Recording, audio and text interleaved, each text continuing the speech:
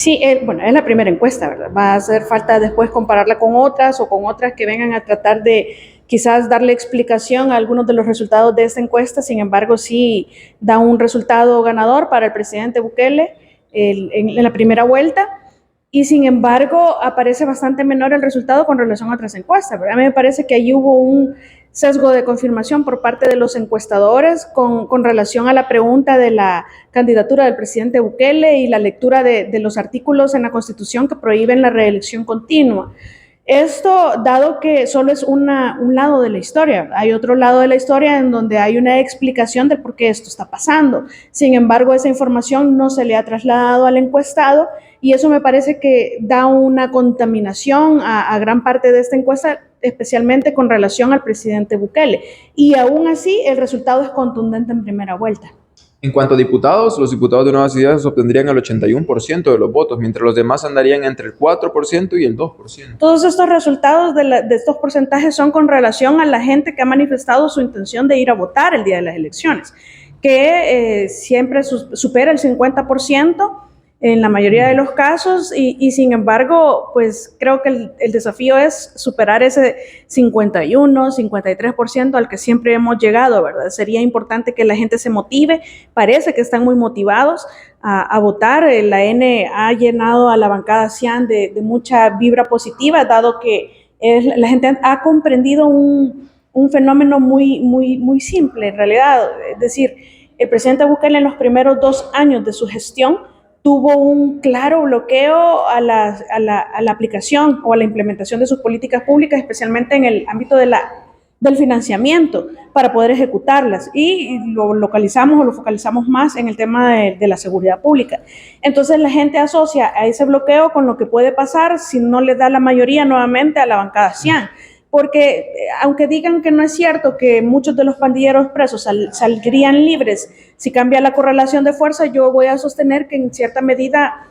sí es cierto que saldrían muchos libres, dado que tenemos ya escrito en nuestra jurisprudencia aquella resolución de la sala en donde se nos explica que no puede ser delito la misma pertenencia a una pandilla. Entonces, si esa es la percepción que se tenía en el pasado, porque se considera que eso es lo más garantista, lo más respetuoso de las garantías fundamentales, de los derechos fundamentales de las personas y los derechos humanos, entonces lo lógico es que si cambia la correlación, que si cambia la sala y que tienen esta mirada hacia el derecho de esta forma, van a declarar probablemente inconstitucional esa disposición y muchos de los que están detenidos por el hecho de pertenecer a una estructura terrorista, pues obviamente van a salir. Entonces yo creo que la gente está muy satisfecha con el resultado de la seguridad y por eso es que le da un gane en primera vuelta al presidente Bukele y eso impregna a toda la bancada CIAN que le da gobernabilidad, especialmente en ese tema, para que se mantenga así. Y sin embargo, esto a la vez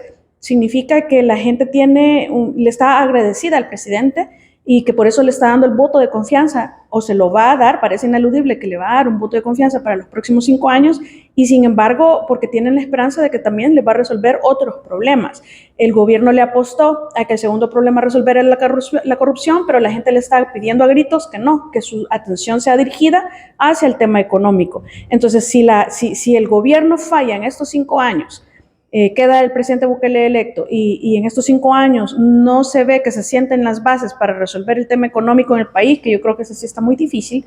creo que puede haber un inicio o un descontento ya abrupto, así como es contundente el apoyo, va a ser igual el descontento, o se va a empezar un descontento acelerado hacia él y en consecuencia hacia el partido oficialista, porque la N es la marca y no el partido Nuevas Ideas. Nuevas Ideas todavía está en construcción como marca y eso no es bien difícil con la figura del presidente por ahí. No obstante, Tani, siempre, quizás para finalizar un poco de la encuesta, en cuanto a los territorios municipales, sí creo que Nuevas Ideas, y según cómo se vislumbra en la encuesta, tiene algunos problemas. Solamente el 40% de la población daría el voto a Nuevas Ideas en cuanto a las municipalidades. Además, aclaran de que votarían directamente por rostro y no por banderas. Y aunque eso no significa que los partidos de oposición lograrían ganar esas alcaldías, solo entre abstenciones y nulidades hablamos de un 35% aproximadamente. Y es que hay muchas variables que analizar porque no sabemos, es decir, hay demasiadas variables que analizar realmente en el tema de las alcaldías, porque cómo saber que se va a votar realmente por rostros si la gente manifiesta una intención, pero al final del día tenemos abstencionismo y tenemos, como nos explicaba el licenciado Contreras, ausentismo, que son figuras completamente diferentes. Entonces yo puedo manifestar mi intención de voto hacia un partido, pero puedo no ir a la urna, o puedo estar indecisa ahorita, pero soy parte de los ausentes, que todavía no me motivo a ir. Entonces, ¿hasta dónde los resultados nos expresan algo? Bueno, si en el pasado han funcionado, podemos presumir que la gente sigue descontenta con el alcalde actual, pero hubo encuestas que también decían, queremos al mismo partido, pero queremos diferente alcalde. Entonces, ¿hasta dónde este resultado expresa todo esto? Es difícil medirlo porque en realidad no se midió, es difícil analizarlo porque no se midió. Entonces, pero sí creo que no hay lugar a dudas que aparte que siempre ha sido diferente el comportamiento en cuanto a las elecciones presidenciales con relación a las de alcaldías y diputados, esta parece que no va a ser la excepción y parece que la gente ya expresó en este mes de noviembre una intención de acudir a las urnas muchísimo menor que la de acudir a las urnas en la fecha de elección de la presidencia de la República y los diputados de la Asamblea Legislativa. Hay muchas personas todavía desconocen que son dos fechas diferentes, entonces habrá que medir cuando la gente ya esté más informada por parte del Tribunal Supremo Electoral que van a ser dos elecciones diferentes, habrá que medir entonces cuál es la intención de acudir a las urnas a emitir su voto o a anular su voto incluso, ¿verdad? Es decir, esta es la primera. Vamos, todavía nos falta mucho camino por recorrer y mucho análisis que hacer con relación a este tema. Con respecto a las encuestas, para terminar, como decía el compañero, la oposición siempre está diciendo que las encuestas son pagadas y que ellos están apostando a esas personas que no dan su opinión a eso, entonces ellos apuestan al alcalde. Pues en realidad ellos no tienen una estrategia clara y no terminan de entender los resultados de toditas las encuestas. Esta encuesta, a pesar del sesgo con el que fue inducida la gente y provocada, sugestionada a responder de cierta manera con relación al presidente de la República, a pesar de eso, da un gane contundente. Entonces, y a pesar de eso también se nos indica que Arena y el FMLN están bien abajo y sin embargo, si la oposición busca unificar un candidato al cual apoyar, pues tienen que ver los resultados de la encuesta, pero ellos no están dispuestos a aceptarlo. Primero, porque el que sale más alto es el candidato del FMLN. Segundo, más alto es el candidato de Arena, pero a la vez, dentro de la misma oposición, muchísimas personas están en contra de seguir votando por estos mismos partidos políticos porque ya son arrastre en negativo. Ellos ya arrastran en negativo, incluso han llegado estos partidos políticos a descalificar completamente apuestas buenas de candidatos que son muy capaces, pero que se decantaron por ir por este partido y pues desde ese momento ya entran a una elección perdiendo por irse con estos dos partidos. Yo creo que estos dos partidos están demasiado desgastados, a pesar que el partido no es responsable, sino que las personas que lo han dirigido, pero la gente identifica claramente la corrupción de la que los actuales, que se consideran renovación, no se están haciendo cargo de la corrupción de los anteriores porque evitan hablar de ello y omiten mencionarlo, y eso no puede ser así. Si usted se quiere ganar la consideración, tiene que partir de ahí, porque es lo que nosotros como salvadoreños recordamos, y usted trata de negarlo o de invisibilizarlo, el salvadoreño lo está entendiendo, me parece a mí, como una ofensa. Tania, para finalizar, ya pasaron unos días desde que se nombró a la designada presidencial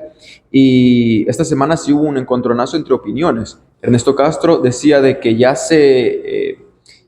votó a favor de que ella sea la designada, pero que no era necesario hacerlo público. Sin embargo, Guillermo Gallego dijo de que no se ha anulado todavía. Yo creo que ahí ellos tienen que dar explicaciones porque sí, la juramentación tiene que ser